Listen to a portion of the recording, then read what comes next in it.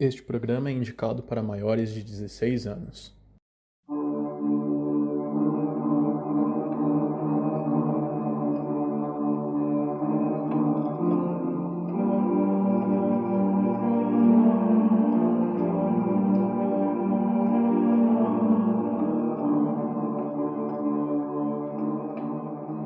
Bom dia, boa tarde, boa noite, queridos capirotinhos. Como vocês estão?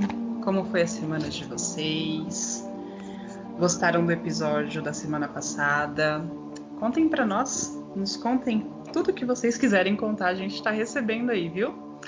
Então, pessoal, vocês já me conhecem, eu sou a Bruna, esse é o Capiroto Cast, Cão-Piroto Cast, aliás. E fala aí, gente, quem são vocês? Oi, eu sou a Tássia. Eu sou o Valdir, dono da casa mais mal assombrada de Ferraz.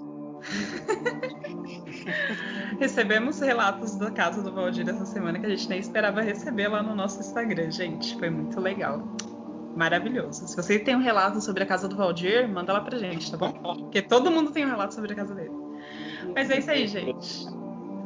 Vamos começar aqui com os nossos agradecimentos do grupo, tá? Então, gente, estamos aqui para agradecer, obviamente, vocês que têm nos ouvido toda sexta-feira, que ficam lá nos esperando para ouvir nossas histórias, nossos relatos, nossos contos estranhos, macabros, para deixar vocês com medo e todo cagado de noite.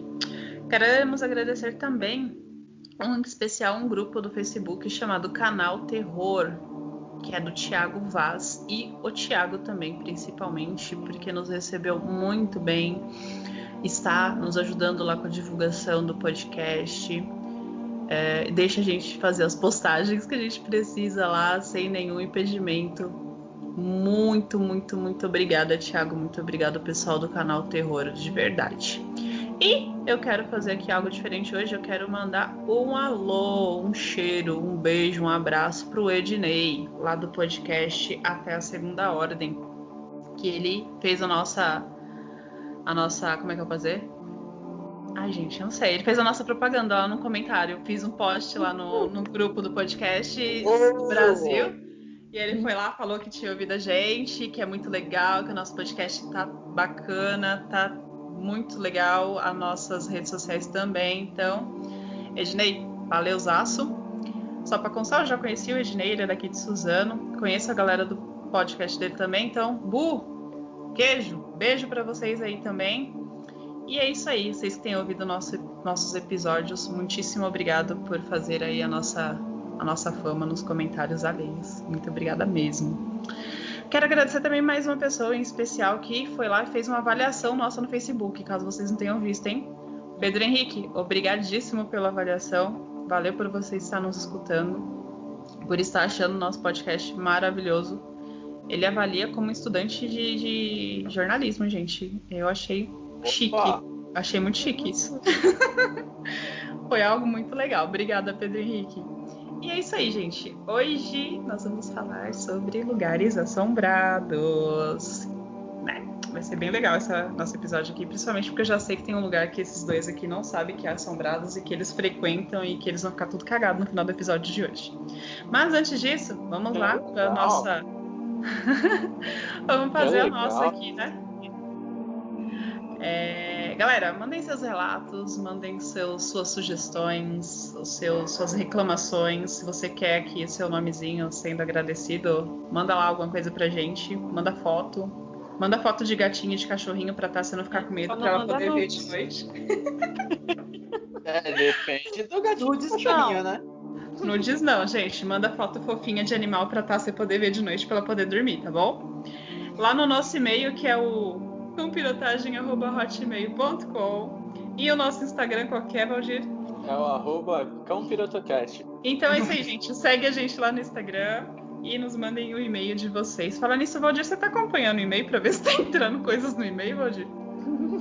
Gente, não tá vindo nada no e-mail. Manda e-mail pra gente, manda seus relatos, manda o que vocês estão achando do podcast, manda, sei lá, manda um oi pra gente. Manda e-mail. Manda foto de fantasma também, gente. Manda foto de fantasma, se você tem áudio de fantasma, manda também pra gente poder postar lá no nosso Instagram, tá bom? É isso aí. Então vamos lá, galera.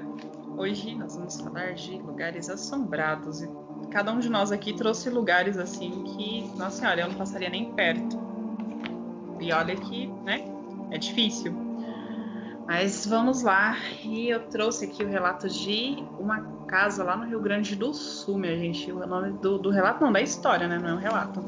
É o caso de Caiçara. O que havia dentro da casa de Caiçara lá no Rio Grande do Sul, que até hoje ninguém sabe o que aconteceu naquele local. Então, vamos lá. Simbora, eu vou começar e depois a galera aí segue o rumo com suas histórias. Então, começando aqui pelo local da casa, né? Já fode a vida aqui, porque ela está localizada na área rural. Tudo acontece na zona rural, né, gente? Já perceberam? Tem uma coisa na zona urbana também, mas a maioria delas é onde você vai mais encontrar casa assim, é zona rural. Então vamos lá. Afastado, né? É mais fácil de assustar as pessoas. Sim. Gente, nada contra a área rural, viu? Adoro, super da hora pra relaxar, mas que dá um medinho da noite, viu? É complicado. A gente já foram nessas fazendas de pé de milho, de ficar esperando os ET vir buscar vocês? Eu fico assim, tipo, quando eu vou, eu vejo aquele monte de milho, eu falo, gente, deve ser muito louco os ET descendo aqui.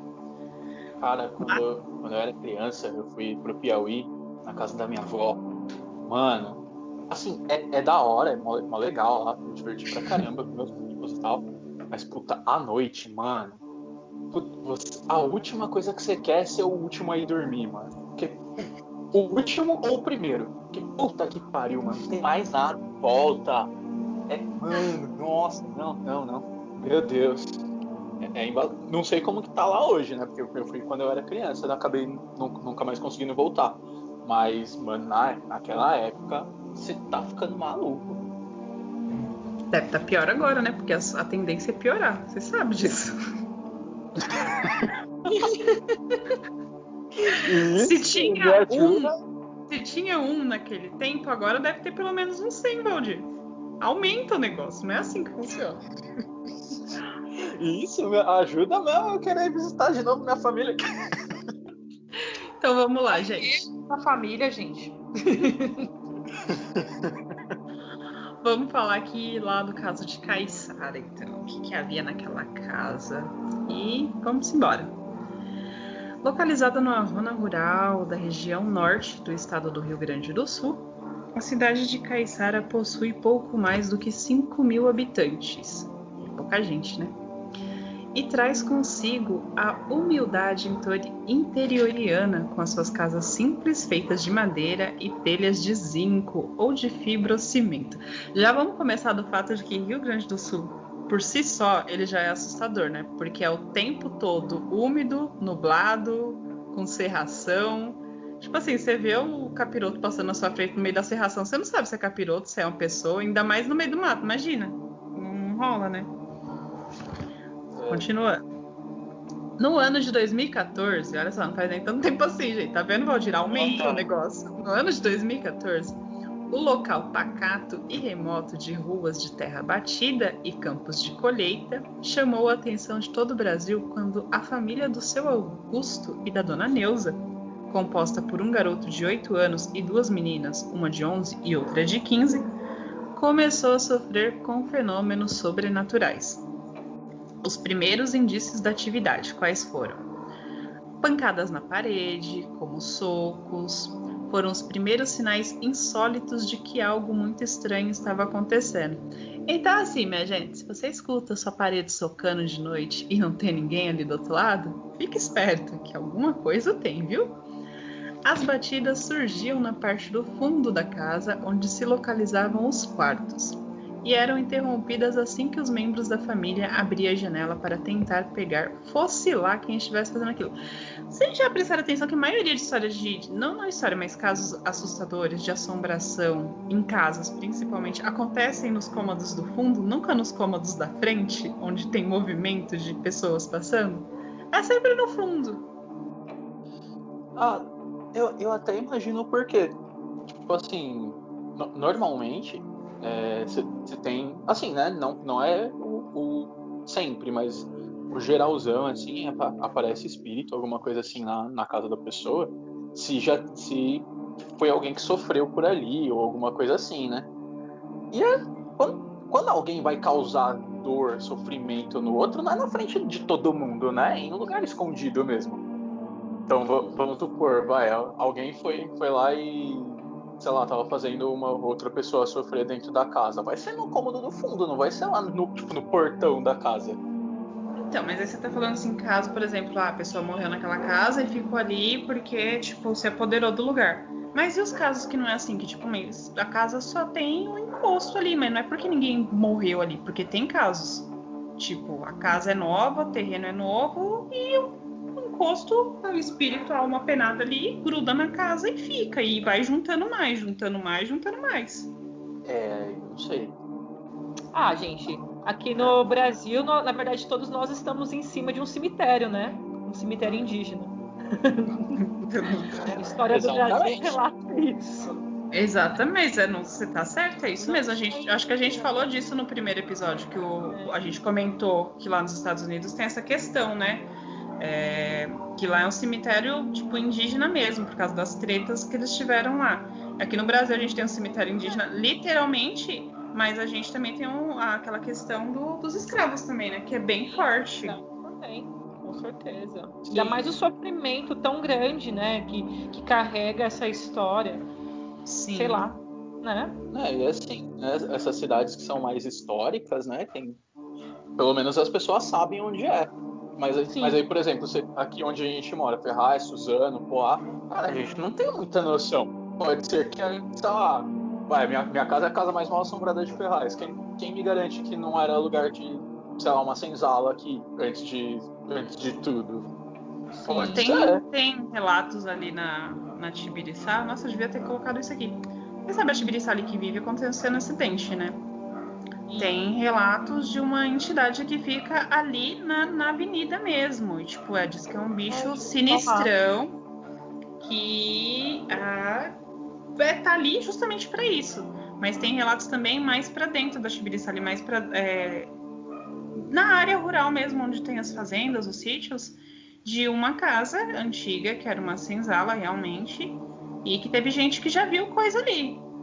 Tipo, que bizarra, tá passando assim, e aí vem uma pessoa a cavalo, com um chapéuzão, e aí pergunta se você tá perdido, para você, e tenta te tirar daquela área, porque aparentemente o espírito ali em questão tá protegendo ali de alguma coisa. Mas enfim, vamos continuar aqui a história da família lá do Rio Grande do Sul. A princípio, as pessoas em nada suspeitaram de algo incomum, acreditando que se tratava apenas de alguém os perturbando. Sendo assim, por volta das 8h12 da noite, o pai da família, o seu Augusto, fez uma ligação para a brigada policial para reclamar sobre essa pessoa que estava esmurrando na casa. Então, assim, até então eles nem imaginavam que pudesse ser outra coisa. Era uma pessoa, na cabeça deles era alguém que passava ali e começava a socar a casa. Normal, né? É o que qualquer pessoa comum iria pensar inicialmente. Quem atendeu o chamado foi o soldado Marcus Kleber Paloski, que imediatamente pegou a viatura e se deslocou até onde ficava a residência desse cidadão. Quando o oficial chegou ao local, já havia uma outra atividade em curso e a queixa da família havia mudado. No entanto, o policial não precisou ouvir qual era, pois ele viu acontecer na frente do olho dele, bem debaixo do nariz. Então, assim, ele foi atender o chamado de tem uma pessoa socando a minha parede, só que quando ele chegou lá, já havia um outro chamado, já havia um outro caso daquela mesma família, né? Que a gente vai relatar aqui agora o que é, porque ele nem precisou ouvir o que estava acontecendo, porque ele chegou a ver. E o que era? Eram pedras. Diversas delas estavam caindo do céu como se estivesse chovendo por todo lado. Pedaços enormes de cascalho atingiam o chão e o telhado daquela casa. O fato ainda mais curioso era que elas não quebravam as telhas e também não rolavam quando atingiam o chão ou o teto. Elas apenas se instalavam lá como se ela tivesse sido atraída por um imã. Do lado de dentro da moradia, as pedras eram lançadas do alto em todas as direções, atingindo as paredes sem deixar marcas, forçando a família a se abrigar debaixo de uma cama. embora isso não fosse o suficiente para evitar que se machucasse. Em poucos minutos, o chão estava repleto de pedras de todos os tamanhos. Então, o policial ele chegou no local. Eu tô me imaginando, se eu fosse policial, nossa, eu tinha me cagado, eu tinha falado, tchau, fica aí você e suas pedras, gente. Você chega num local e você começa a ver pedra, cascalho caindo do céu, na qual o mesmo cascalho não fura o telhado da casa e quando cai ela não rola, ela cai e fica ali. E dentro da casa estava acontecendo a mesma coisa. A família estava se escondendo debaixo da cama porque dentro da casa estava surgindo pedra, voando pedra para tudo quanto é lado. Então, bizarro isso. Se tiver isso no meio da história aí, depois a gente corta pra poder ficar você falando primeiro. Mas não é isso que... Eu tô lembrando de uma história parecida. Isso chegou a aparecer na televisão, não foi? Porque se eu não me engano, eu vi uma reportagem na televisão e enquanto estavam filmando a reportagem, aconteceu das pedras cair. Que até então não parece que não acreditavam muito o que estava acontecendo mesmo. Tinha o relato da família, o relato da polícia, só que não estavam acreditando muito. E quando chegaram na casa para gravar o bagulho, começou a acontecer. E tipo não conseguiram, não conseguiram pegar na filmagem a pedra caindo. Mas enquanto estavam falando com as pessoas, escutaram caindo acho que no telhado. E aí depois foram sair para ver e estavam lá as pedras. E que não estavam antes. Caramba. Deve ser a mesma coisa. Provavelmente. Vamos lá. Desesperada e sem saber o que fazer, a família entrou em colapso. Não conseguiam mais dormir à noite. Gente, estavam tentando dormir à noite ainda? Pelo amor de Deus, eu já tinha voado dessa casa. Sei lá, largado tudo pra trás. A casa do meu avô, da minha mãe, do tio, do primo. Vamos agregar na casa de alguém. E eu não teria ficado mais nessa casa, não. Pelo amor de Deus. Sofriam com as pedras que surgiam de repente e os acertavam. E também com os móveis e objetos que eram arrastados. Puta que pariu! Não. Gente, eu já tava cagada aqui com as pedras que tava voando. Agora eu vou ver um móvel se mexendo. Pelo amor de Deus, não. Já é demais pra mim, gente. Não dá. Tem coisa mais clássica de casa mal assombrada, de filme de terror, do que móvel mexendo? Mano, isso é simplesmente um convite. Saia da casa. É só isso que você tem que fazer, velho. Mano, a minha cortina aqui do lado, às vezes ela balança de noite por causa do vento da janela, eu já fico toda cagada. Imagina o móvel se arrastar. Louco. Ai, nem podendo. Vamos continuar aqui. Eles não eram só arrastados, eles eram tombados também. Imagina, você tá passando na cozinha, pá, o armário cai, não. Ah, que bênção, né, gente? Olha. Nossa, gente. Vamos lá. Olha, vai mexer com comida, gente. Com comida também não, né? Os alimentos foram os próximos, se esparramando pelo chão ou amanhecendo em estado de decomposição. Puta que pariu, isso é filmaço isso, né? As porradas dentro da parede permaneceram tanto quanto o completo horror que desencadeava em todos. Ao longo dos dias, a mobília da casa foi sendo aos poucos quebrada pelas erupções de atividade preternatural. A porta de vidro do fogão se espatifou. Os pratos eram quebrados, as camas reviradas e empurradas. Eles simplesmente não se sentiam mais seguros para ficar dentro da casa, mas também não tinham para onde ir. Gente, qual foi o momento que essa família falou: agora a gente não tá mais seguro aqui dentro? Gente. Mano, tipo assim, vamos lá. No momento em que você começa a escutar alguém ou alguma coisa dando soco na sua parede, você já não está seguro.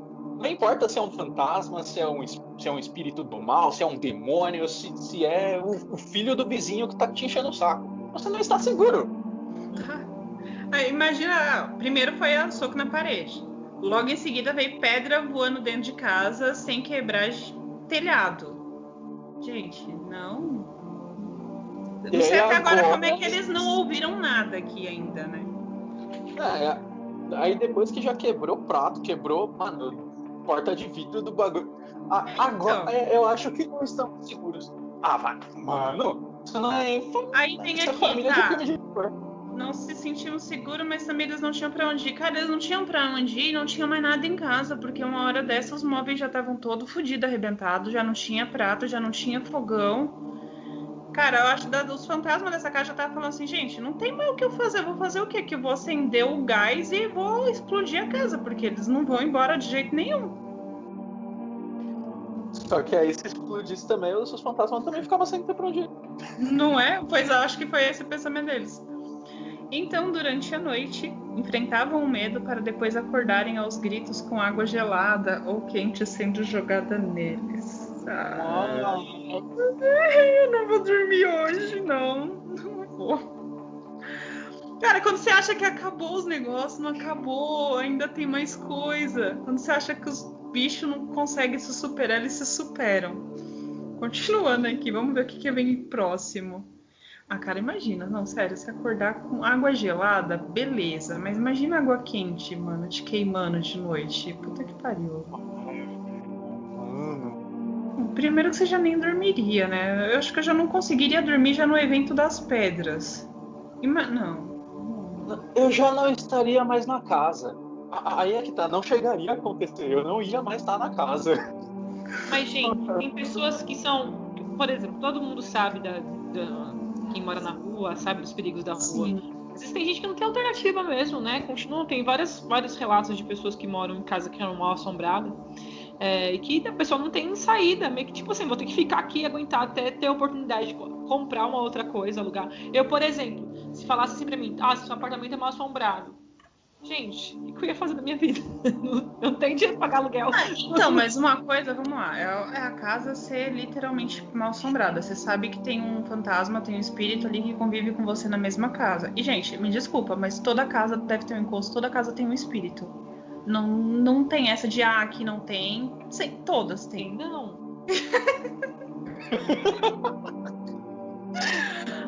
Todas têm, gente. O problema é quando esses encostos eles começam a se revoltar com a sua presença ali e começa a acontecer esse tipo de coisa. Porque aqui pra mim só tá faltando ele entrar dentro de uma pessoa, ele tomar conta do corpo de uma pessoa, só tá faltando isso. Porque ele já destruiu a casa, ele joga pedra na galera, ele arrebentou todos os móveis, todos os pratos, tudo que tinha na casa ele já destruiu.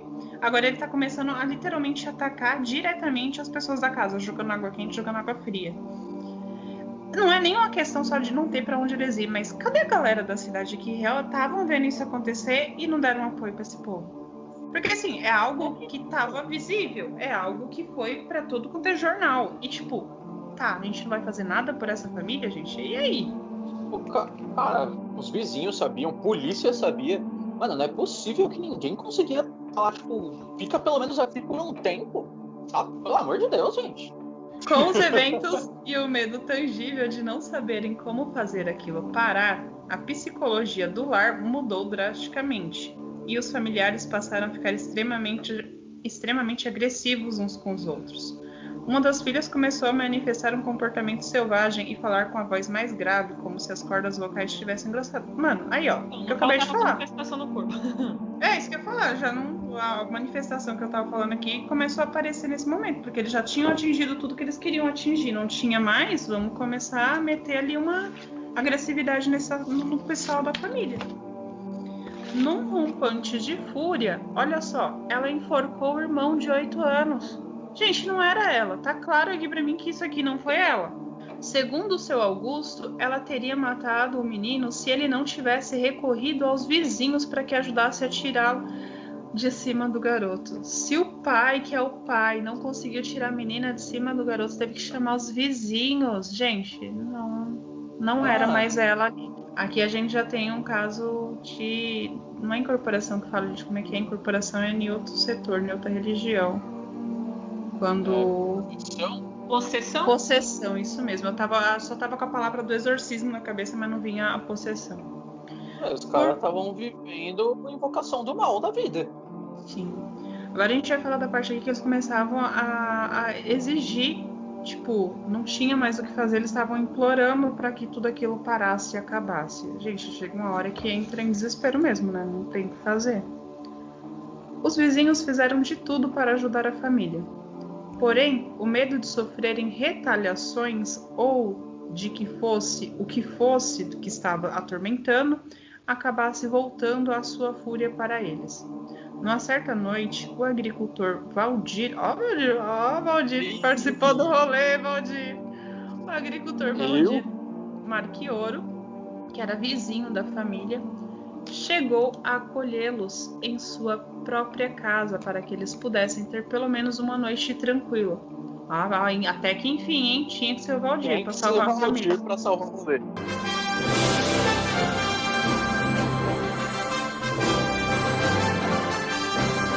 Contudo, a rajada de pedras passou a despencar sobre o teto da casa do Valdir. O homem então decidiu encaminhá-los à pequena escola da comunidade local, onde lá puderam passar a noite sem que fossem perturbados pelos fenômenos malignos. Então, aparentemente, os capiroto ali era daquela região específica, não era da casa em si, mas que por algum motivo estava com raiva dessa família. Tá dando muito a entender isso, né? A cabeleireira Leila, Zilda Roja, acho que é a Roja esse nome aqui, gente, melhor amiga da dona Neuza, era mais uma que fazia o máximo que podia para confortar a família. Diariamente ela ia até a casa atormentada para realizar sessões de orações e leitura da Bíblia, mas também acabando por ser atacada por objetos e pedras voadoras. Gente, eu assim, sou fã dessas pessoas ultra-religiosas que fazem esse tipo de coisa, de verdade, ó. Vocês moram aqui. Porque eu não teria coragem, não, gente. Desculpa.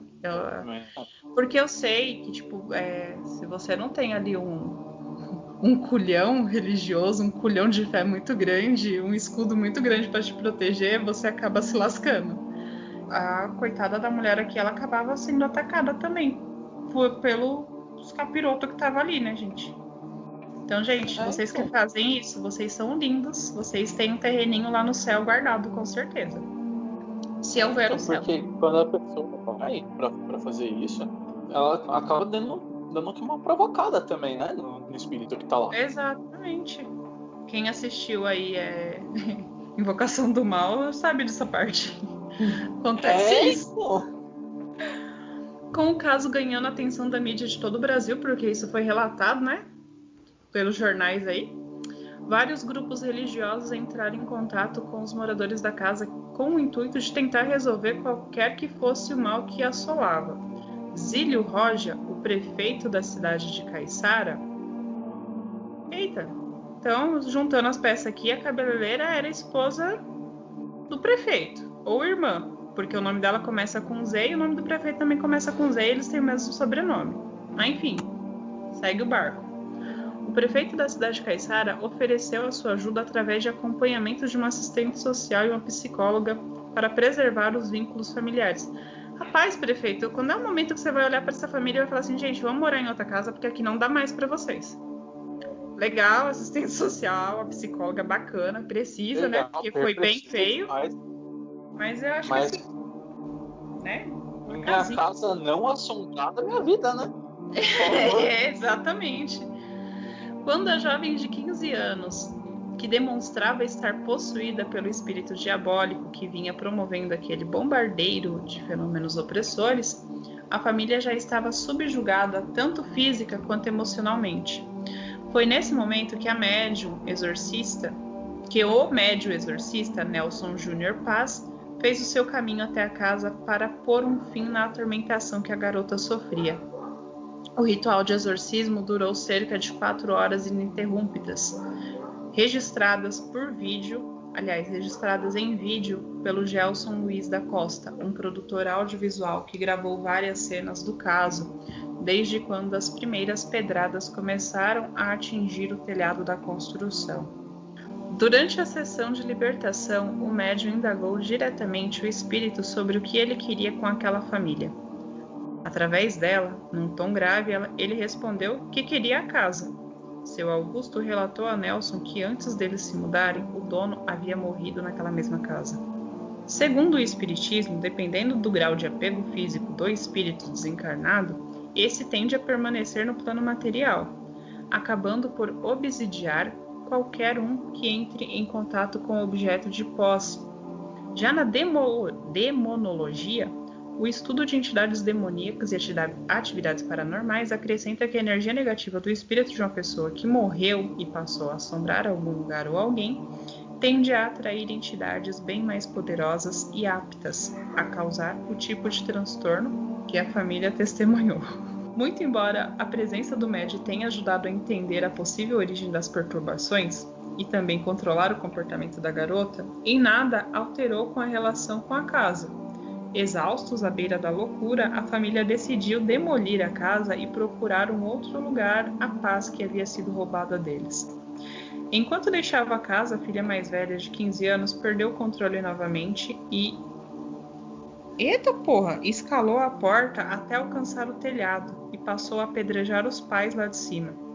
A telha fina cedeu e ela caiu dentro da casa. Não houve ferimentos graves. Bom, foi assim o básico, né? Tipo assim, se eu não posso viver aqui, você também não vai e eu vou demolir essa casa, porque, né, já deu o que tinha que dar aqui e você segue a luz aí e vai embora. Nada mais justo, concordo, faria o mesmo. Bom, vamos lá. Eles foram morar numa residência doada pela prefeitura da cidade, na zona urbana. Palmas pra prefeitura! Coloca o meme, por favor. Os eventos pararam de repente e a única coisa que retomou foi o estado de possessão, dessa vez na filha mais nova de 11 anos, durante uma madrugada. Eles conseguiram estabilizá-la através de orações, mas o medo ficou ainda pior. Dona Neuza afirmou que foram em uma curandeira que disse que eles precisavam procurar um centro espírita, mas não havia nenhum pela região. Cidade do interior é meio foda mesmo essa parte, né? Cidade pequena. Não sabemos mais o que fazer. Prometeram na televisão e não vieram, e a prefeitura diz que não pode fazer mais nada porque já está pagando o nosso aluguel na casa nova, relatou a mulher. As semanas foram passando e nenhuma das garotas voltaram a apresentar mais nenhum comportamento atípico. Em entrevista ao jornal algum aí, não vou dizer nome porque, né, paga patrocínio aí que a gente diz. A mãe contou, está tudo bem agora, não tem mais nada de estranho, queremos esquecer. Muitas pessoas nos ajudaram. Gente, é o que eu imaginava, né? O espírito ali estava pegado à casa, não queria ninguém morando nela. As pedras foi o soco, né? Primeiro o espírito vai dar um sustinho que, né, a família vai embora. É o que geralmente uma família comum faria. No máximo no segundo susto ali das pedras. E foi indo até que o último caso ali foi tomar possessão das crianças, né? E aí, gente? Que horror. Não, mas pra você ver, se passou até na televisão, né? Que o bagulho ficou louco mesmo. Ficou louco. A prefeitura doar uma casa. Não, nem em questão de passar. A prefeitura doar uma casa ou pagar o aluguel, sei lá. O negócio será louco mesmo. Ainda mais neste nosso país, né? Onde a gente sabe que os governos, independente de qual esfera do governo a gente esteja falando, é bastante competente, né? Sabe, pagar o aluguel da casa pra família. Mano, nossa, cara, que história pesada. Mano, mas a casa, vocês não viram porque eu não tinha mostrado isso pra vocês antes, mas a casa era sinistra, era bem... Parecia, na verdade, assim, é bem casa do interior mesmo, do sul, sabe? De madeirinha fina, mas assim, bem sinistra. Tava mais pra um celeiro do que pra uma casa, assim, pelo menos pro lado de fora. Gente, muito... Eu já tinha medo dessas casas, assim, acho muito bonita, mas eu já tinha medo, imagina agora. É aquela, né? Quero ver como é que eu vou dormir de noite hoje. É que é naquela também, né? Durante o relato mesmo, eles falam que a família não tinha pra onde ir, né? Sim. Então, assim, às vezes eles também não tinham tido nenhum outro lugar que fosse próprio antes. Na hora que apareceu a oportunidade de ter um lugar que fosse deles, eles olham, sabe, eles não devem ter olhado muito pra aparência ou qualquer coisa assim, tipo, tá, é feinho, mas é meu, com o tempo eu vou dar uma melhorada. Que é a realidade da maioria das famílias, né? Raramente a gente consegue realmente comprar uma casa que seja do jeito que a gente quer. A gente compra do jeito que dá e vai melhorando com o tempo. Sim, a gente só não espera que tenha um espírito ali querendo possuir a gente, né? A ideia não é essa. Aí, gente, vamos lá pro próxima história aí pra deixar a galera com o da baú? Quem vai? Nos Estados Unidos, gente, inclusive, os corretores eles devem avisar pro comprador, né, o que ocorreu na casa antes, né? Se teve suicídio, assassinato violento, etc, né? Inclusive, não sei se no Brasil deve ter algum a Eu respeito tava disso. comentando esses dias sobre isso. Eu nem lembro por que eu tava comentando. Acho que era algum seriado que eu tava assistindo com o Rodrigo. E o meu sogro, ele é corretor de imóveis, né? E eu perguntei, ele falou que isso deveria acontecer aqui no Brasil também, mas os corretores não obedecem a regra. Vou procurar, tem um nome. Peraí, Mas já saibam, se vocês forem comprar uma casa e achar que a casa tá meio esquisita, exija eles te contarem o que aconteceu ali, tá, gente? Mete o louco, fala assim, eu estou sentindo algo esquisito nessa casa, estou vendo uma presença, é melhor você me falar o que aconteceu aqui. Chama... Peraí, tem aqui o nome. Lei do Inquilinato. No Brasil também tem. É um dos 9 direitos e deveres lá. Porque é dever falar sobre os aspectos sobre alguns aspectos da casa. Tem nos Estados Unidos e no Brasil também. Ai, gente. Vai, quem é o próximo? Então, deixa eu então, que eu acho que é mais leve. Inclusive, eu acho que o meu deveria ter sido o primeiro. Depois disso tudo que você contou, acho que o meu é um respiro. Cara, vamos falar um pouquinho, então, de um lugar diferente um pouquinho do que a Bruna trouxe, que foi um lugar específico, né, no interior e tal. Acho que é um lugar que pouca gente conhece. Não sei se vocês já ouviram falar do Viaduto do Chá. Já passaram por aí? Sim. Bizarro, mas sim. Bom, o Viaduto do Chá, ele fica no Vale do Anhangabaú, aqui em São Paulo. Ele foi inaugurado em 1892. Mas o Vale do Anhangabaú inteiro já é uma coisa um pouquinho diferente. Para os tupis-guaranis, Vale do Anhangabaú significa água de mau espírito. E lá muitos índios já foram mortos em batalhas com os bandeirantes. Se diz também que antes mesmo das lutas com os bandeirantes já havia, nas guerras de tribos mesmo indígenas, já tinha morrido muito indígena ali. Então já começa aí, né? Não é nem cemitério, é uma zona de guerra indígena. Imagina o que ficou por ali, né? Específico sobre o vale, depois a gente vai para o viaduto. O lugar já era considerado amaldiçoado desde muito antes dos portugueses chegarem ao Brasil.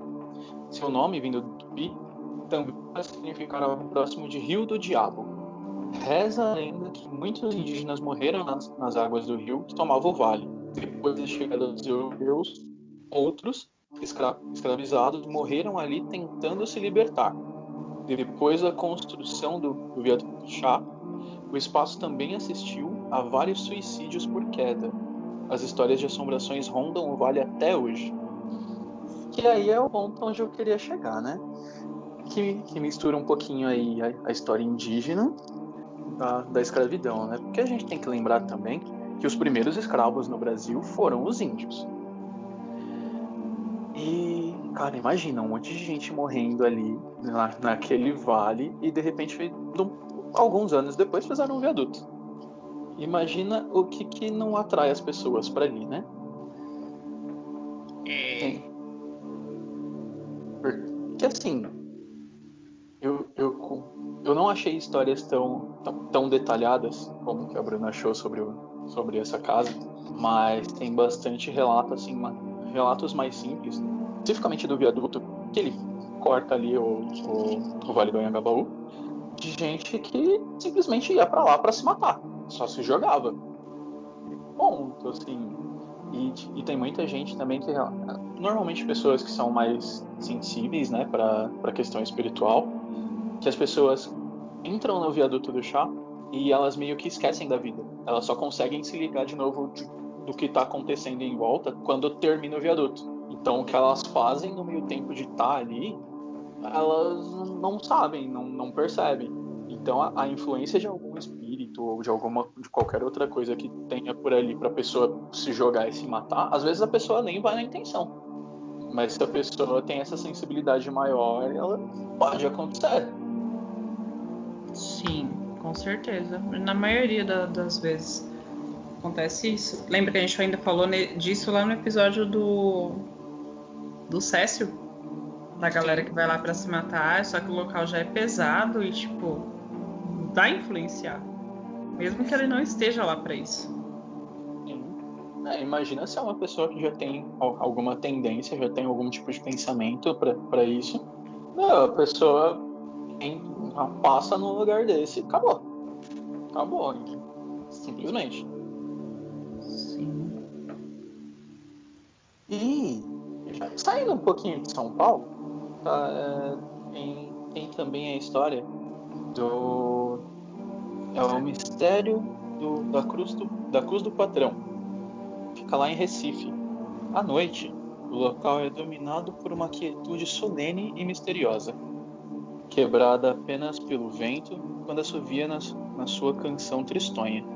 No porto do Recife, às margens do rio Beberibe, eu acho que é assim que pronuncia, reina a Cruz do Patrão, lembrança concreta do passado imponente da capital pernambucana. Mas o monumento é mais do que uma testemunha silenciosa de épocas remotas. Através de gerações e gerações, foi considerado um ponto de encontro com almas penadas, um sítio tomado aparições espectrais, sons de gemidos e arrastar de correntes, o lugar mais mal assombrado da cidade. A Cruz do Patrão é, na verdade, uma coluna de alvenaria construída em estilo dórico, com 6 metros de altura e 2 de diâmetro. Aqui eu vou dar uma parada, porque em outros relatos que eu achei assim, a parte desse, tem uma parada que ninguém sabe exatamente quem construiu esse negócio e nem exatamente quando. Agora, você imagina, um negócio de 6 metros que ninguém sabe nem quando começou a ser construído e quem foi. Sabe, da onde saiu? Da onde saiu? Boa pergunta. Da onde saiu?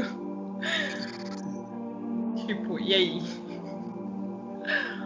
A culpa simplesmente o negócio é aconteceu. culpar os ETs, né, gente? Ah, sempre. Sempre. Adoro. Eu fico esperando por esse momento o tempo todo. A culpa é de quem? Do ET. Os ETs. É igual a Stonehenge. O que você acha de Stonehenge? Deixa eu ver aqui. No topo tem uma pequena cruz de pedra, o que torna semelhante ao bispo do jogo de xadrez. Em séculos passados, era usada como referência para os navios que precisavam atracar. Alinhado à cruz da velha igreja de Santo Amaro das Salinas, o marco orientava o patrão da embarcação no canal de acesso do ancoradouro interno do porto recifense. Aqui um adendo, né? Patrão da embarcação é um termo que os náuticos usavam para designar o chefe da guarnição em um barco pequeno. Aí, talvez por isso, né, muita gente não sabia o porquê que era a Cruz do Patrão, né? Provavelmente lá atracava mais barco pequeno mesmo. Não há como dizer em que ano ela foi erguida no deserto istmo, uma estreita faixa de terra, que antigamente ligava o Recife a Olinda. Mas a Cruz do Patrão já estava registrada em um mapa confeccionado no ano de 1759. Com o passar das décadas, a coluna feita para viabilizar a navegação transformou-se em sinônimo de fantasmagoria. Os reficenses acreditavam que naquelas imediações eram enterrados negros pagãos mortos durante as jornadas dos navios chegados da África. A areia da maré facilitaria os sepultamentos, realizados sem os devidos ritos religiosos. E por isso, aquele canto se tornou amaldiçoado. No livro Assombrações do Recife Velho, de Gilberto Freire, nos fala sobre essa crença popular. Todo aquele que passasse pelas imediações da cruz, nas chamadas horas mortas, veria fantasmas ou seria perseguido por terríveis espíritos. E muitos dos que caminharam por lá, em meio às trevas noturnas, teriam desaparecido sem deixar vestígios. E pode ser também que tenham chegado em Sete Além, né? Que nem a gente viu uns episódios atrás, né? Vai saber. Vai que... De repente, né? Gente, não dá pra... Vou usar meu novo mantra. Não dá pra julgar, né? Não descarto mais nada. Desde que a gente começou aqui no podcast, eu não descarto mais nenhum tipo de hipótese, cara. De verdade. Não tem como. É cada coisa que a gente tá vendo nas últimas semanas aí. Então. Fora do que a gente pesquisa, tem o que acontece com a gente também, né? Exato. Ai, graças a Deus tudo ainda é normalidade, por enquanto. Eu achava que estava tudo normal comigo, até escutar o meu áudio do primeiro episódio. Ai, velho, eu acho que eu vou escutar. Vocês falaram desse áudio, eu acho que não sei se eu sou muito lerda, não costumo reparar nas coisas, mas pra mim, tipo, tá normal. Pra mim. Mas eu não fiquei, tipo, viajando no áudio, não. Ainda mais porque eu já sabia que vocês falaram que o áudio tava dando ruim, alguma coisa no seu áudio. Eu falei assim, gente, não vou ficar me prendendo. Não vou ficar procurando isso. Vou ver assim, nossa, que legal, hein? Deixa eu passar uma aqui pra frente. Isso aqui tá normal.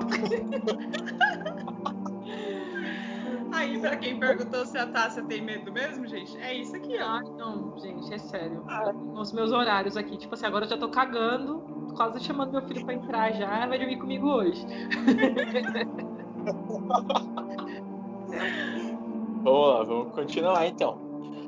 É certo que ocorreram fatos trágicos aos pés da cruz do patrão. No começo do século XX, por exemplo, um estudante foi assassinado naqueles ermos e um soldado foi preso acusado pelo crime. Tempos depois se descobriu que o culpado seria outro sujeito. Ele teria confessado que praticou o crime, motivado por um espírito infernal. A revelação, no entanto, chegou tarde demais, pois o soldado acabou morrendo na cadeia. Na obra Folclore Pernambucano, o historiador F.A. Pereira da Costa esclarece que a fama macabra do lugar acabou se tornando muito forte do imaginário recifense. Desculpa, gente. Dizia-se que quem estava em busca de aventuras poderia ir à cruz do patrão e, à meia-noite em ponto, firmar com um demônio um pacto solene com o sangue de suas próprias veias, para alcançar sorte e riqueza. Pesquisas arqueológicas recentes não demonstraram nenhum indício de qualquer cemitério clandestino no entorno da cruz. Entretanto, é difícil negar a existência de alguma relação do monumento com o sobrenatural. Como explicar que tenha resistido por séculos às investidas da maresia, às constantes reformas no terreno e, principalmente, à falta de cuidado das autoridades com muitas construções históricas? Mesmo quase esquecido pela população, a coluna gigante já jaz impávida, adornado com sua beleza austera, o cenário retilíneo e acinzentado do Porto do Recife. Gente, tem uma coisa que a gente pode chegar também aqui à conclusão é que uma das coisas mais assustadoras aqui no Brasil é a nossa administração pública, né? Aí a gente tem um caso assim de assombração muito grande, né? De coisas assombradas. Então. Em São Paulo você constrói um viaduto em cima do lugar que todo mundo já via os negócios. Aí o povo começa a se matar ali. E aí no Recife você tem um lugar que é um ponto de encontro pra você marcar um pacto ali com o capeta. Pronto. Mas... Não sei o que dizer sobre isso, não consigo nem opinar. O tema que eu quero falar, histeria coletiva, será que a gente pode configurar esses... Não seria essa palavra. Mas será que a gente pode chamar os lugares, por exemplo, onde ocorrem muitos suicídios? Por que será que ocorre muitos suicídios em determinado lugar? Será que é só a vibração energética do local? Sei lá, se tem alguma coisa a ver com isso? Ou seria um caso também de histeria coletiva? Porque a histeria coletiva, nem precisa colocar essa parte, tá, gente? Inclusive, não é que eu tô falando merda, mas histeria coletiva é um termo usado para explicar casos nos quais muitas pessoas começam a apresentar os mesmos sintomas histéricos. Acho que não entraria na mesma situação. Porque tem alguns casos, tipo, de lugares que sempre acontecem suicídios, né? Sim. Mas acho que não entraria nesse mesmo tema. Não entraria na histeria coletiva, que histeria coletiva já, como você acabou de falar, é outra coisa. Eu acho que essa questão do suicídio, ela se encaixa naquilo, acho que a gente falou disso em algum episódio, que eu não lembro qual, que o suicida, ele fica ali, né? Ele fica revivendo aquela situação várias vezes, ele fica num looping eterno. Então imagina, uma pessoa fazendo isso no mesmo lugar, um espírito no mesmo lugar, aí tem mais um, tem mais outro, tem mais outro, tem mais outro, tem mais outro, uma hora aquele local fica pesado e acaba atraindo gente pra lá. Então é atração mesmo a palavra pra isso. Sim. Porque eu li um relato esses dias em relação ao suicídio, eu não lembro nem onde que foi. Era um relato sobre uma casa assombrada, literalmente. Era um casal que eles se mudaram para uma cidade nova porque o rapaz tinha conseguido emprego numa farmácia. Se eu não me engano, foi para o Rio Grande do Sul, não, mas foi para o Sul, assim, Santa Catarina, para esses lados. E aí eles não tinham uma casa onde ficar ainda. E aí não tinha um apartamento nem nada. E a pessoa que contratou eles falou assim: fica na casa aqui em cima, que tá vaga e tal. Mas não falaram pro casal do que se tratava ali, né? E aí, quando foi de noite, coisas começaram a acontecer. Ela já começou a achar o local meio estranho e tal. E aí, numa das noites, isso tipo recente, eles ouviram um tiro dentro de casa. E aí a mulher ficou, tipo, cagada, né? Acordou o esposo e não conseguia dormir. E ela sempre sentia coisas... Mais coisas aconteceram nesse caso, mas eu só lembro disso porque ficou muito marcante na cabeça. E aí depois eles falaram pra mulher que eles iam sair da casa, que eles não iam ficar ali, que eles iam pro hotel. E aí depois elas ficaram sabendo, depois de um tempo, que o dono da farmácia que morava nessa casa, e que é a farmácia que o rapaz ia trabalhar, ele se matou dentro da casa. Porque a esposa e a filha morreram e ele se matou com um tiro no quarto. Então, assim, é onde vai falar ali que realmente, tipo, o suicida, ele fica num looping eterno, ele fica revivendo e revivendo aquilo. Então, você imagina, de novo, no caso do viaduto do chá, no caso da cruz lá, e aqui tem como é que é o nome daquela ponte nos Estados Unidos? Eu esqueci o nome agora. Que é uma ponte conhecida também porque a galera vai lá pra se jogar, tipo, na luz do dia, e ninguém faz nada, porque a pessoa tá ali e ela só vai. É tipo igual o caso da floresta dos suicidas no Japão, que, tipo, já é algo que a galera vai ali pra fazer isso, então as pessoas nem se surpreendem mais. E aquela Golden Gate é essa? Ixi, eu não sei.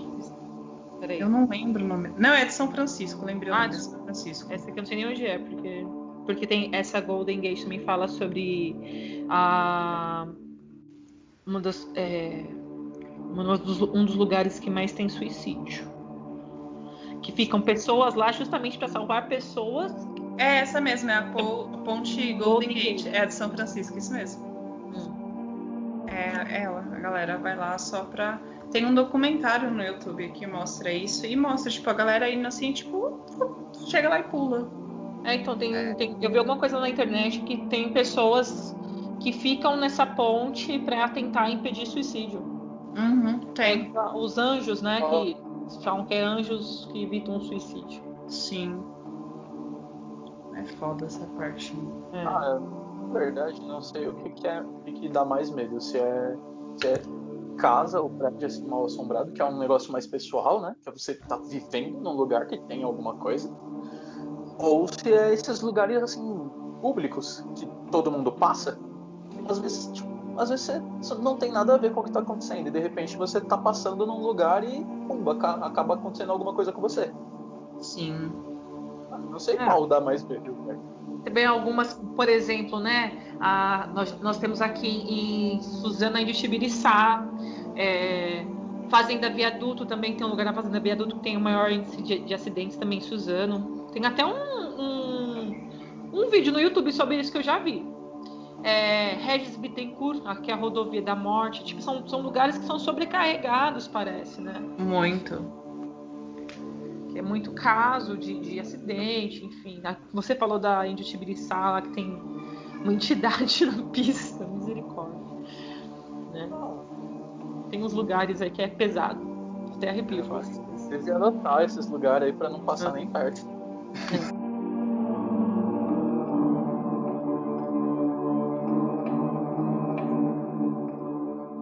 Então eu vou falar o meu, tá, gente? Eu vou falar 2 casos, tá? 2 casos de histeria coletiva. Só que um é meio bizarro.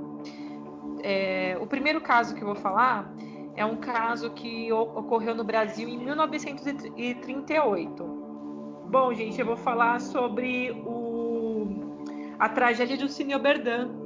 Foi uma tragédia que ocorreu em São Paulo em 1938, que ele é chamado de um caso de histeria coletiva. Por quê? Porque por conta de uma ação, né, aconteceu essa tragédia. Essa tragédia, ela foi devido a um pânico que ocorreu dentro de um cinema no período da tarde. E era um momento que, inclusive, era um matinê e havia muitas crianças, né? E o que aconteceu? Alguém dentro do cinema viu fogo em um determinado local e gritou, tá? E gritou fogo. No momento que a pessoa gritou fogo, várias pessoas começaram a correr, tá? E aí, aqui vem a explicação do fogo. Tinha 2 explicações até. A primeira, que ele gritou fogo no momento em que 2 aviões se chocavam, né, no filme, tá? Então, a primeira hipótese era essa. E a segunda hipótese foi que um menino foi até o banheiro e o banheiro estava escuro e ele colocou fogo no jornal para clarear o banheiro onde ele estava, tá? E parece que, pelo que eu li, o segundo relato, esse de fogo no banheiro, é o que é real. Então, do local que essa pessoa gritou fogo estava, parece que ele tinha toda a visão do banheiro, tá? Então ele viu o fogo, que era aquele foguinho do jornal que o menino fez para iluminar o banheiro, e alertou todas as pessoas que estavam lá na sessão de cinema. E as pessoas saíram correndo. E como tinha muitas crianças, as crianças foram pisoteadas, tá? Então essas crianças que morreram, elas morreram pisoteadas. Foram 31 mortos, sendo 30 crianças e uma mulher que ela morreu cobrindo uma bebê, que até na reportagem que eu vi, eles procuram essa criança que é sobrevivente, até falam o nome, que é Joana. A mãe morreu cobrindo o corpo da bebê para que a bebê não fosse pisoteada, tá?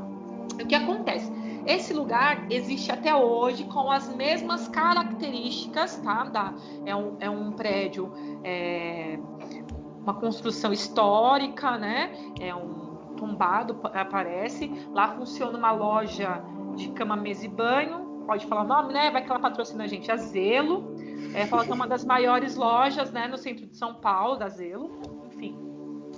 E tem relatos de pessoas que trabalham lá, né? São relatos que eu vi, assim, pela internet. Tentei ficar procurando fonte mesmo, de confirmação desse relato.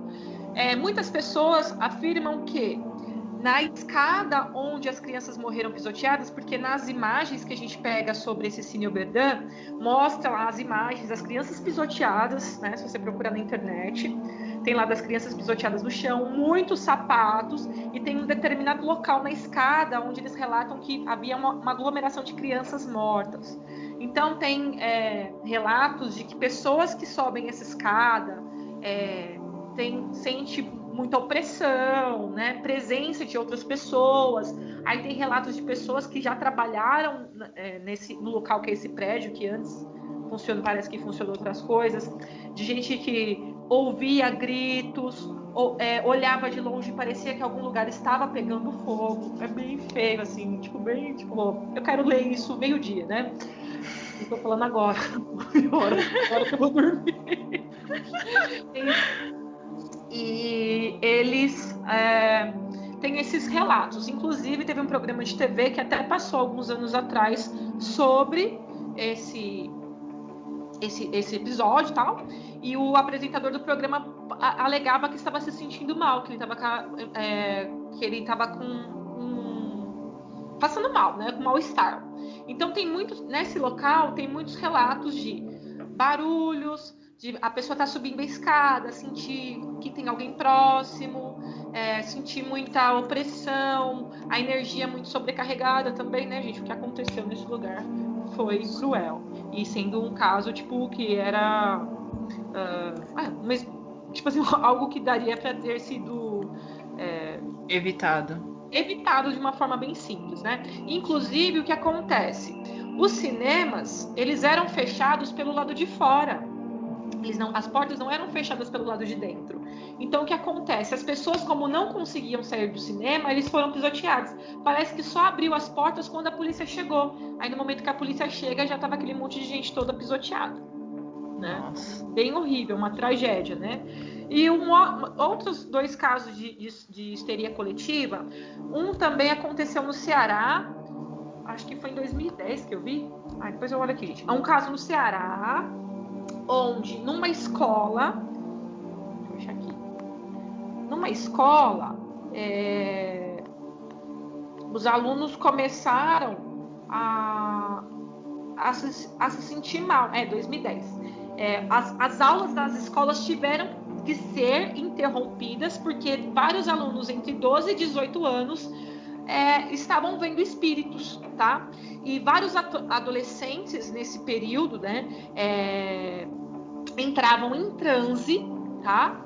E muitos psicólogos, parapsicólogos, padres iam nos lugares para conversar com os alunos e saber de fato o que estava acontecendo, tá? Esse aí é aquele caso do Charlie lá, né? Que na verdade era a criançada, o jovem moderno, achou que era realmente um jogo de chamar espírito, né? Igual o Copo e o Ouija, e na verdade era só uma promoção de um filme lá do Charlie. Então, esse é chamado o espírito cearense, não é o Charlie, não. Mas parece que até na mesma época. Então, não sei. Esse tá chamado de espírito cearense. Inclusive, as aulas foram interrompidas. Então, porque aconteceu algo bem parecido na região Nordeste. Eu lembro que foi bem na região Nordeste, com a história do Charlie. Esse não tá falando do Charlie, não. Que é um... Eu até pensei nele para falar sobre histeria coletiva. Mas esse aqui, eles viam um estudante que havia morrido há 7 anos atrás. Caraca. Então. Esse já estavam vendo o negócio. Sim. Então, que relata que além dos sintomas de desmaio, muitos alunos apresentavam convulsões. E a escola teve que ser fechada por um período e depois desse período se resolveu. E um outro também, um fato bem conhecido sobre a histeria coletiva foi a das bruxas de Salem, que nos Estados Unidos várias meninas, né,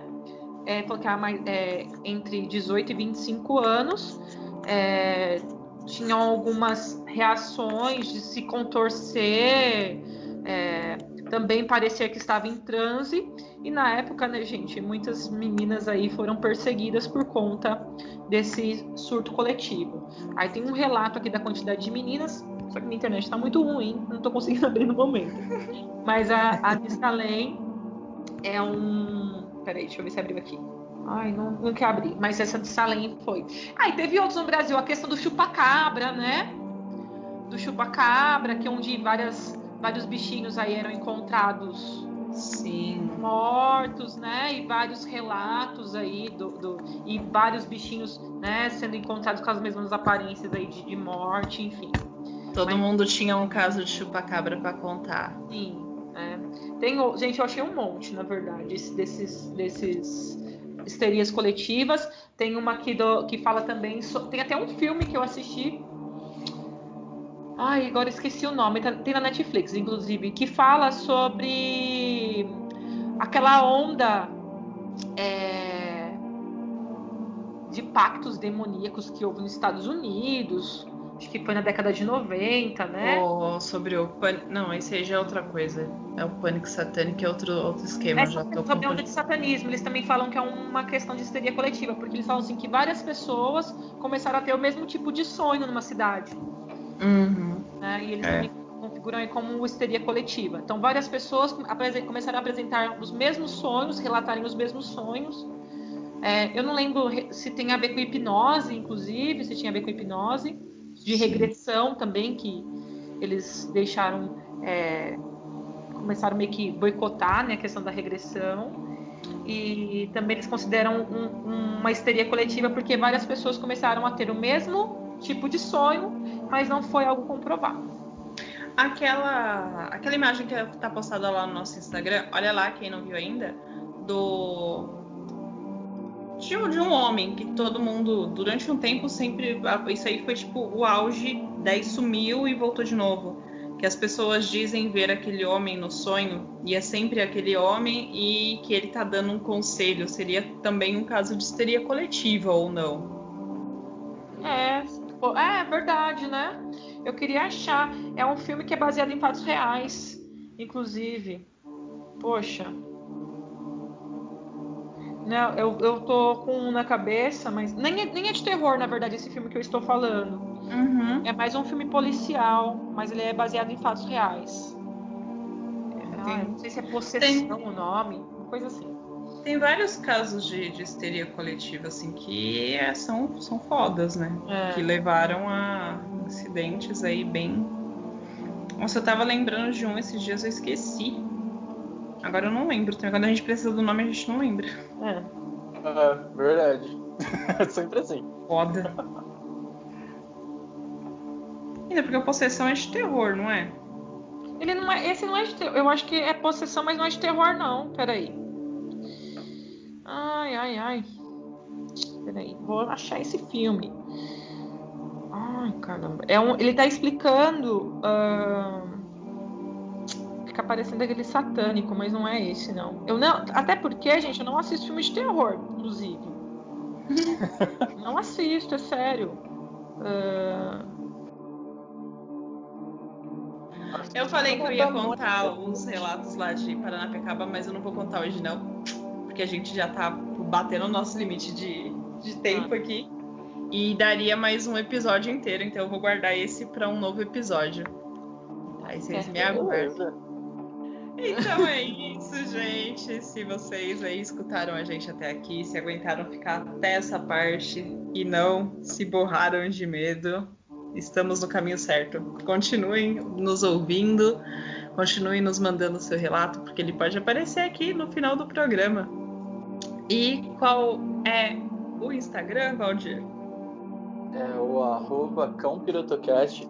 Manda os seus relatos pra gente, manda mensagem, comenta as nossas fotos, comenta inclusive no post oficial desse episódio, comenta qual que você achou a história mais cabulosa, mais assombrada aí.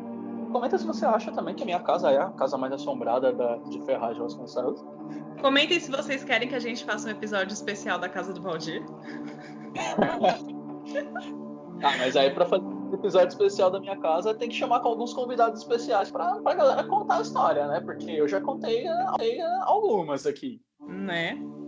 Mas é isso aí, gente. Manda e-mail também lá no cãopirotagem@hotmail.com e segue lá a postagem desse episódio que vai ter imagens de apoio de todos os locais assombrados que nós dissemos aqui, do Rio Grande do Sul, de Recife, Viaduto do Chá, das histerias coletivas, e aguardem aí os próximos episódios para saberem das histórias aí de Paranapiacaba. Você que não sabe ainda, assim como o Valdir e como a Tássia, eu estou impressionada que eles não sabem das histórias. Frequenta o lugar, os encostos estão seguindo eles lá e eles nem sabiam.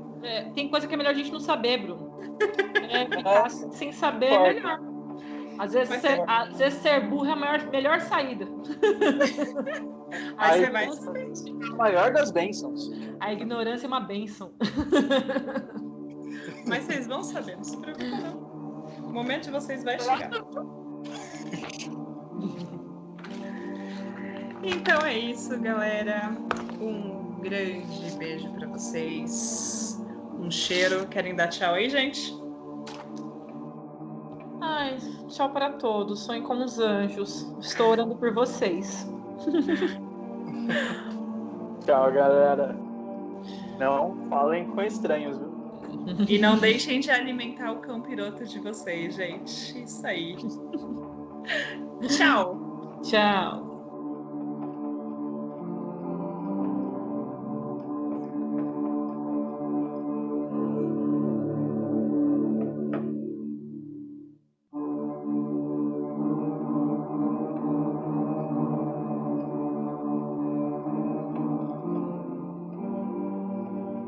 Momento cão pirotagem do ouvinte.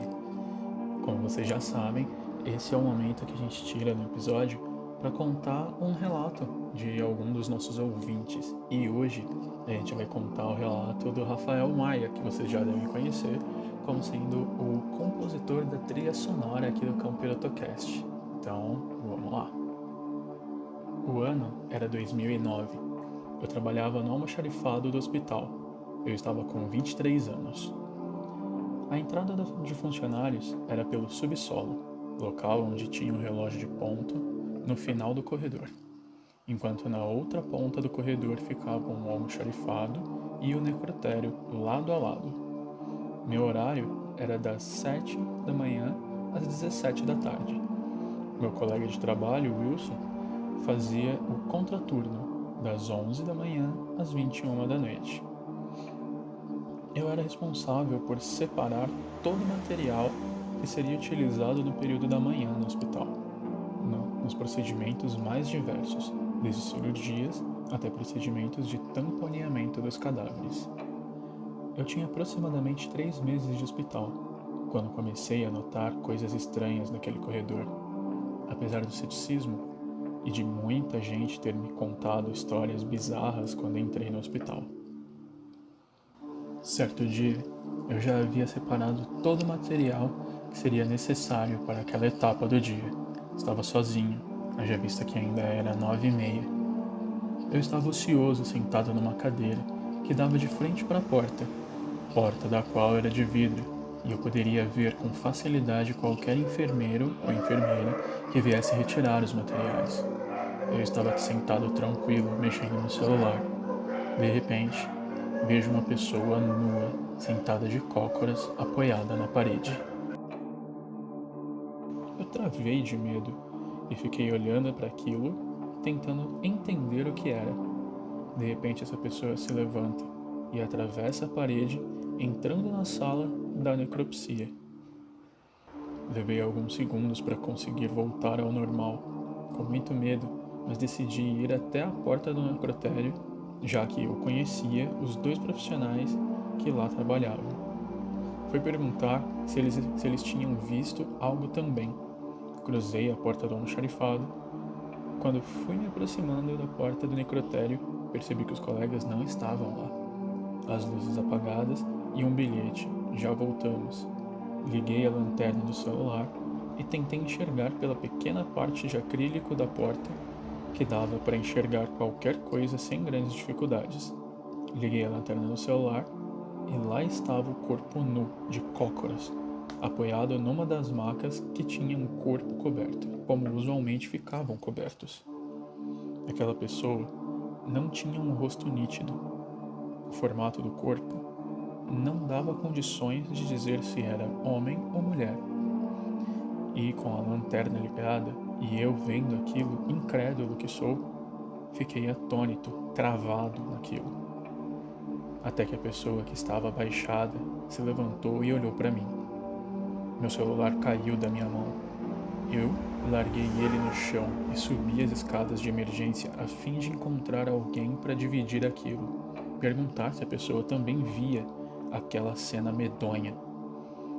Eu encontro uma enfermeira, conto rapidamente a história para ela. Ela decide me acompanhar até o subsolo. Chegando lá, os 2 colegas do necrotério já tinham voltado. Fiquei parado na porta. A enfermeira entrou e contou aos rapazes. Vieram até mim e disseram que era normal esse tipo de aparição, que eles já haviam presenciado coisas inexplicáveis, mas que fazia parte da rotina deles. Depois de muitas horas de tanto eles me encorajarem, eu entrei finalmente na sala e eles me explicaram como funcionava os procedimentos ali. Me explicaram a parte técnica para tentar me acalmar. Eu só queria subir na RH e pedir demissão, mas meu amigo do almoxarifado, Wilson, não deixou e disse que me ajudaria a perder o trauma. Depois desse episódio, fiquei mais 2 anos no hospital. Continuei vendo coisas bizarras, mas nada nem próximo do que aconteceu nesse dia.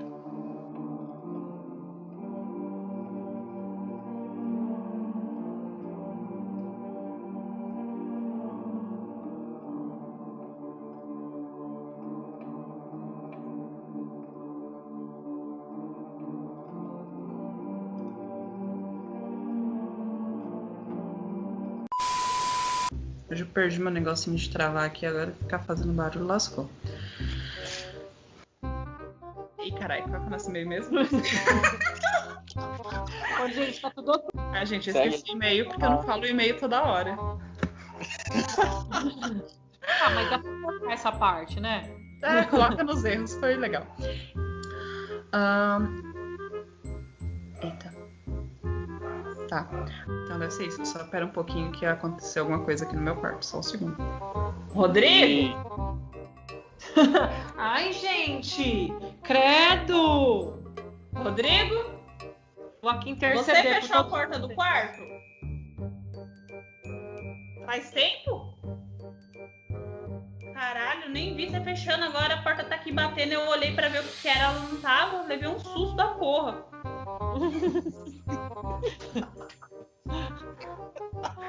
Eu não vi você fechando a porta. E aí tá ventando. Gente, essa família aqui é a clássica do segura na mão de Deus e vai, né? Entra na minha casa, entra na minha vida. Era tipo isso. O problema é que entrou a coisa errada, né? Vamos lá, continuar.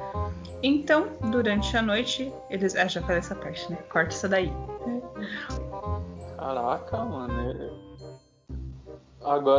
Agora que eu tô pensando, eu devia ter começado, porque o meu é tão mais levinho.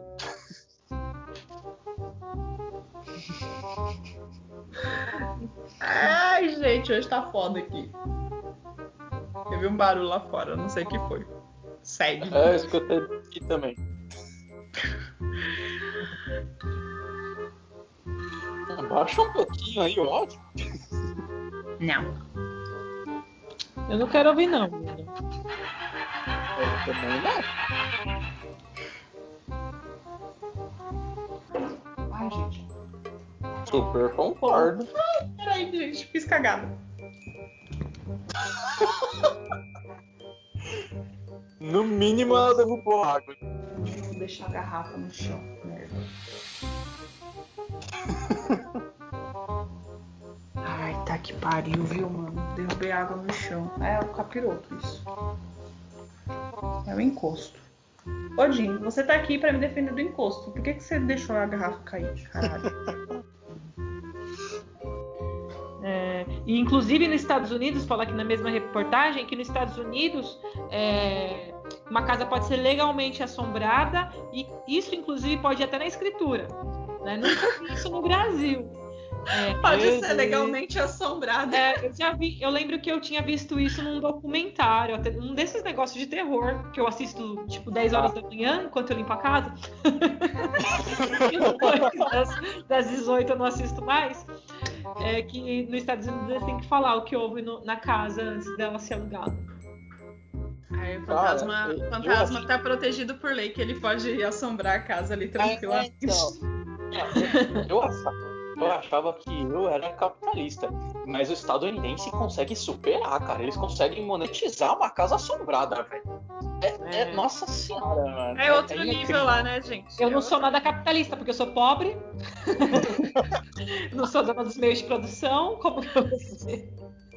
Ai, caralho. muitos indígenas morreram nas águas do rio que tomavam o vale. Depois da chegada dos europeus. Gente, tá travando tudo pra vocês também. Eu ia falar isso agora, Valdir. Você Travando começou a falar, muito. travou, você ficou parecendo um robô falando. Volta um pouquinho aí. Conta de novo Sério? a história. Sério. Eita, gente. Será que alguém não quer que eu conte? Do começo, não? Com o passar das décadas. Oi? Falei? Não, pode continuar. Falei com nossa. E durante a noite. Ai, que susto! Ai, meu Deus do céu. Ai, caralho. Quer matar a gente? Nossa. A cachorra já é feia, gente. Vem cá, ela já assusta por si só. Ah, ela não é feia, tadinha. Ela é bonitinha, não fala assim dela. Olha que coisinha fofa. Não, ela não é feia, não, tadinha. Mas conseguiu dar um belo de um susto agora. Vai deitar, seu safado. Informação agradece, hein? Então, e aí? Ficamos tudo cagado agora, gente. Bota isso aí lá no final, nos erros de gravação. Foi muito bom. Enfim. Espera aí um pouquinho, gente. Espera aí. Corta. Deixa eu achar aqui. Espera aí, galera. Perdi o nome. Exatamente. Ai, caraca. Ai, nossa. Que isso? Não vai estar sabendo. Desculpa, a parte que eu arrotei. Foi mal, galera. É que eu tomei Lupital. Ai, caralho. Nossa, esse episódio vai ter muito erro de gravação. Mas a pessoa que tá incorporando da roupa. Ai, caraca. Ai, meu Deus. Esse episódio vai ser o melhor.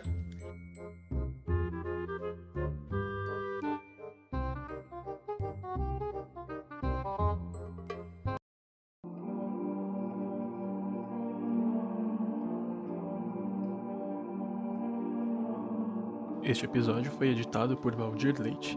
A trilha sonora é de Rafael Maia. Se você chegou até aqui, comenta na nossa postagem oficial do Facebook ou do Instagram, A Casa Mais Mal Assombrada de Ferraz.